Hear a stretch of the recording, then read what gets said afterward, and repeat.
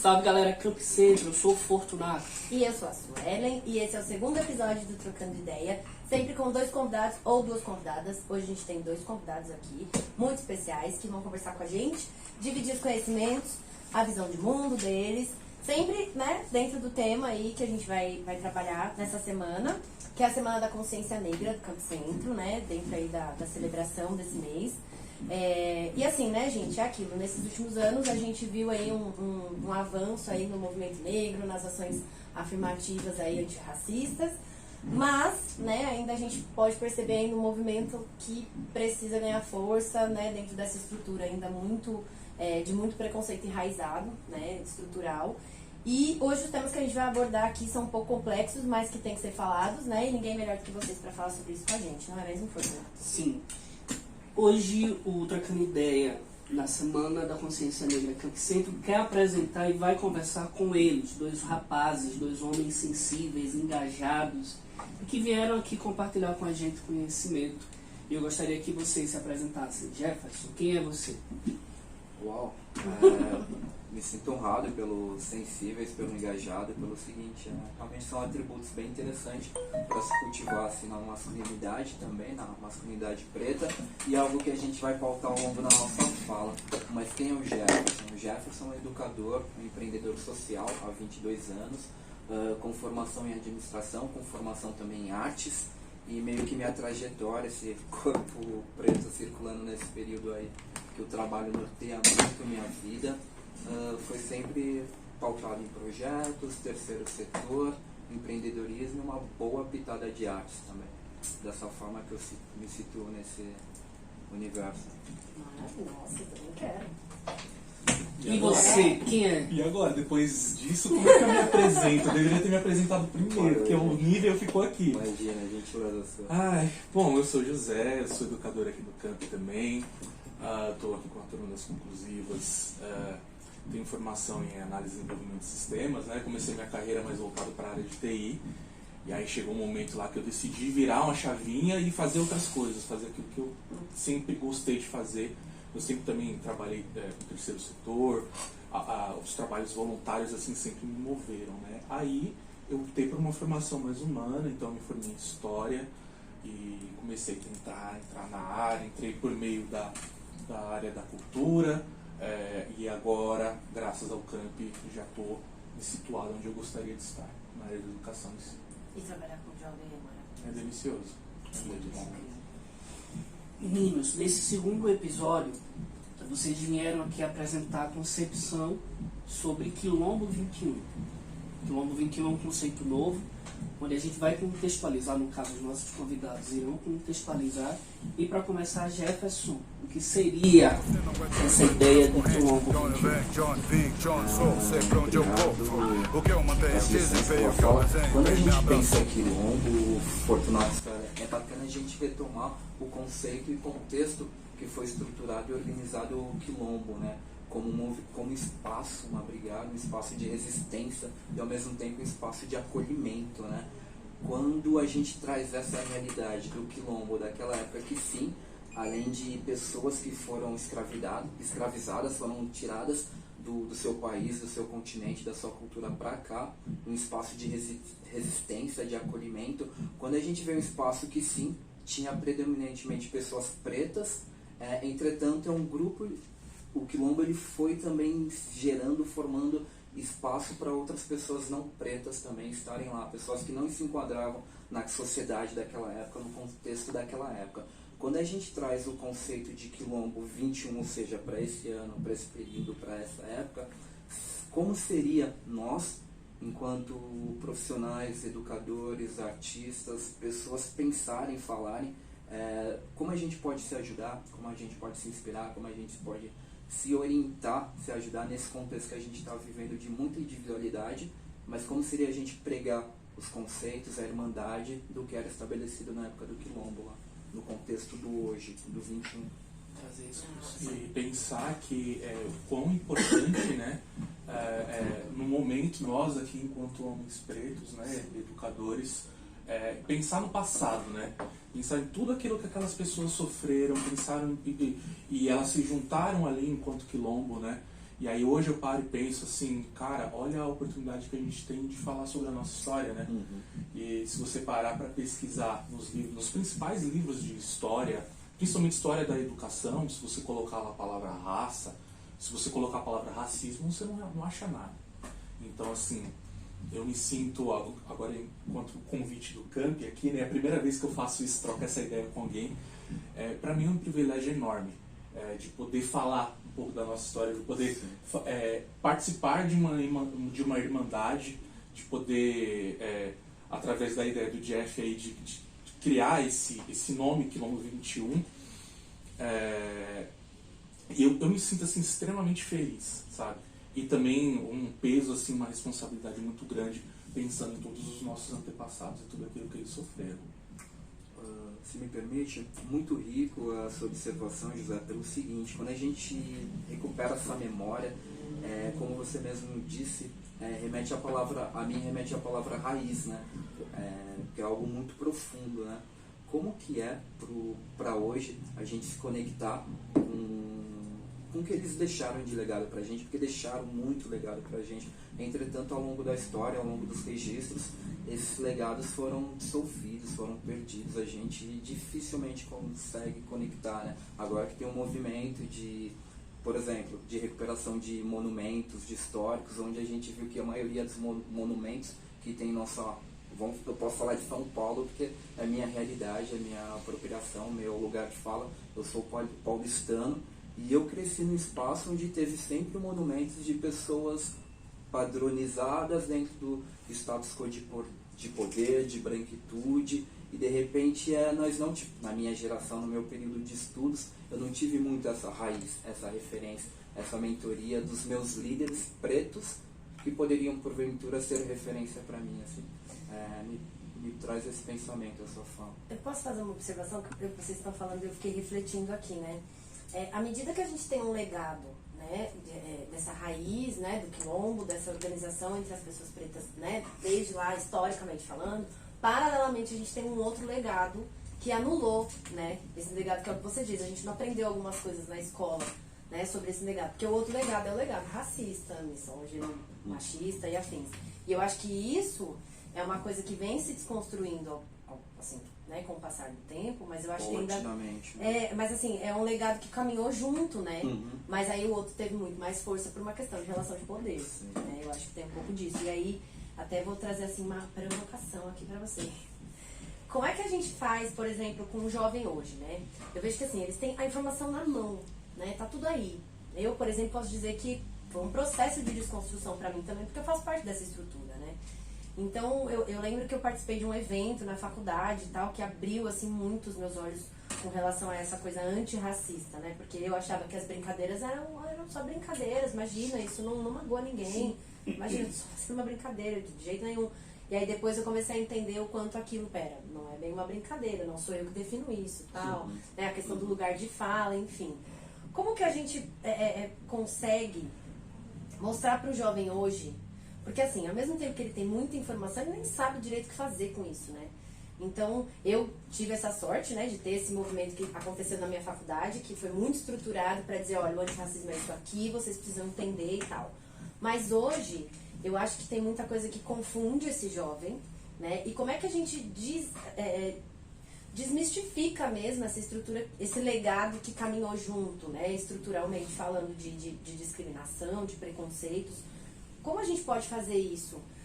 Vocês, no lugar de fala de vocês, mas também quem não é uma pessoa preta, que também começa a entender esse movimento e falar, poxa, o que eu posso fazer por isso?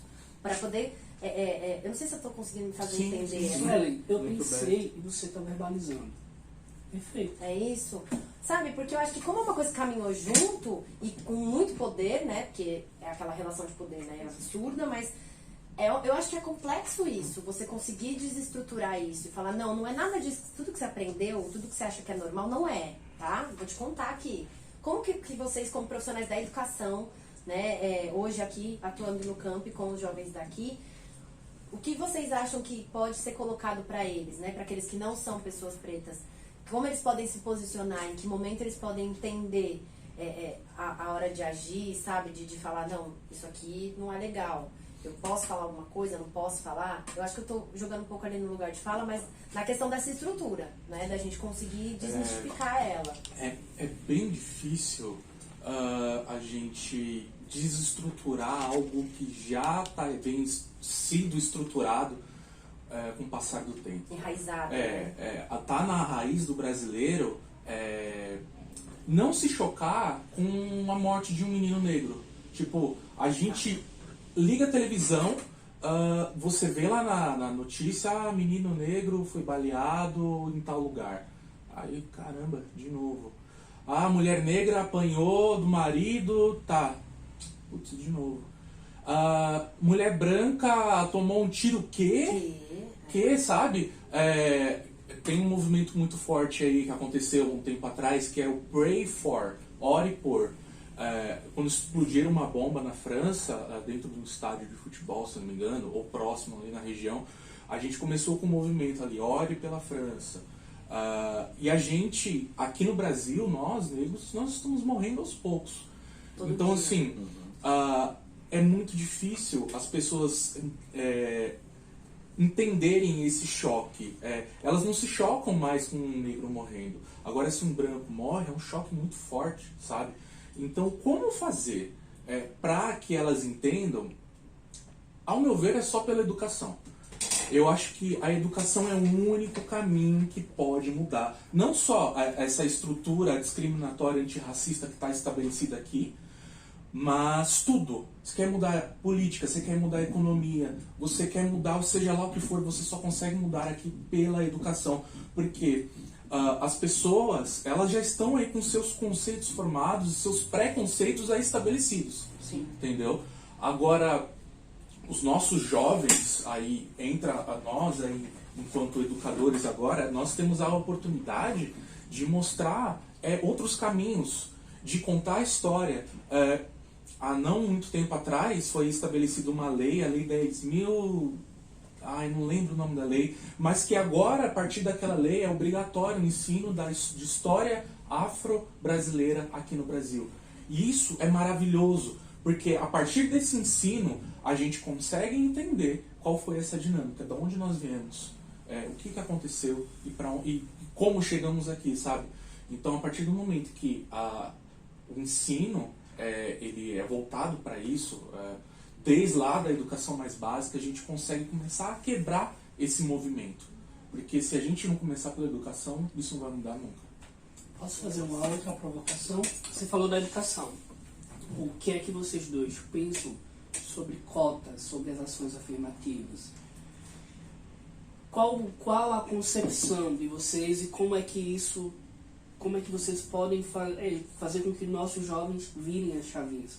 Porque muitos deles ainda são contra, têm o direito de utilizar desse benefício, mas abrem mão. Retomando um pouco o que o José falou, me sinto muito contemplado na sua fala, na sua visão de mundo, e concordo plenamente. Passa sim pela educação, a transformação, e sim, conhecimento é poder, né? Educação é dentro desse pressuposto. O preto sempre esteve no lugar de não poder. O povo preto sempre esteve no lugar de não escolha, de não oportunidade, né?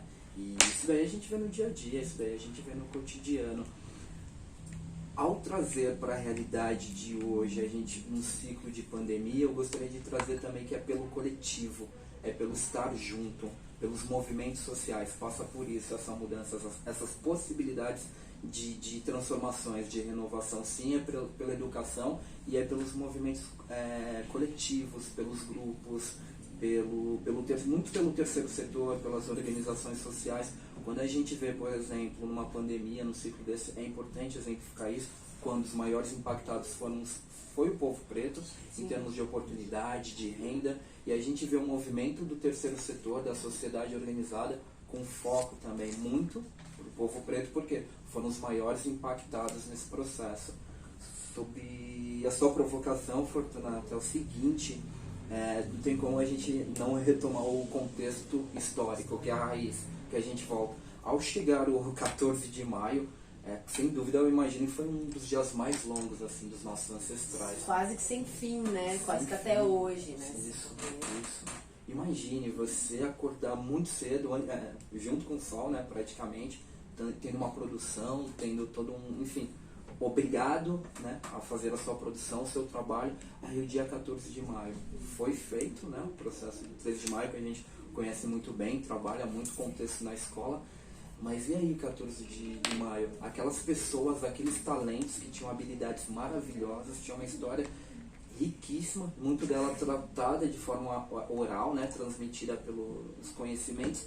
Como que a gente faz? Como que nós fazíamos para seguir, para se sustentar, para sobreviver? Não houve uma ação afirmativa, né? É isso exatamente que é cota. A cota é basicamente uma ação afirmativa que não foi feita lá atrás e agora é compensação agora. Então prevê um tempo.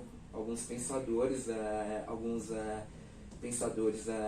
da comunidade negra, exatamente a gente pensa no temporizador de 30 anos, de 40 anos, e ainda assim não supre esse déficit que aconteceu nesse período, nesses 3 séculos e 50 anos, mais ou menos, 2 séculos e meio de escravidão, né? É muito tempo, é Sabe muito uma coisa recente. que eu acho que tem muito a ver com isso? Eu penso que assim, nessa época, né, do dia 13 e tal, esse império, né, essa queda do império, essa emersão da república, ela já vem com uma política excludente, né? Ela já nasce com uma série de instrumentos de controle social, né? Porque esse 14 de maio, ele começa, é o início da marginalização desse povo, né? Assim como os indígenas também, é aquela coisa do branqueamento e tal. E aí eu fico pensando, né? Como que essas pessoas não conseguem compreender? Aliás, eu até sei, porque eu acho que eu já estive nesse lugar de não entender a cota. De falar, mas na favela também tem a menina branca do olho azul, nananã, tá. Coloca ela e a menina, né? Eu falo a menina porque me sinto mais à vontade para dizer isso. Mas aí, eu acho que eu demorei para entender isso, porque eu acho que você tem que pegar esse contexto histórico que vocês estão falando. As pessoas têm que entender que isso é uma coisa de lá de trás, de mais de 100, sei lá quantos anos de escravidão, e aí você acha que em 30, 40 anos você resolve isso? 350 anos de escravidão. 350 anos de escravidão, e aí você tem uma república que emerge, né, com uma série de instrumentos de controle social, né? A gente tem, o nosso Código Penal é isso, basicamente.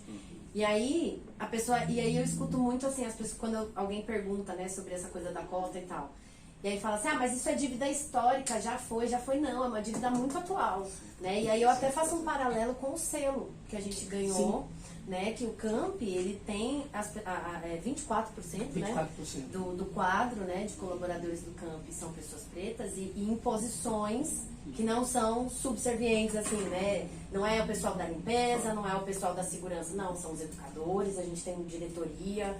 Então, acho que quando você fala do terceiro setor, eu acho que nesse lugar também, de dar essas oportunidades, esses espaços, assim. Desculpa até interromper, mas é porque eu pensei muito, quando você começou a contar, eu fiquei pensando nisso, né? Porque é isso, né, gente?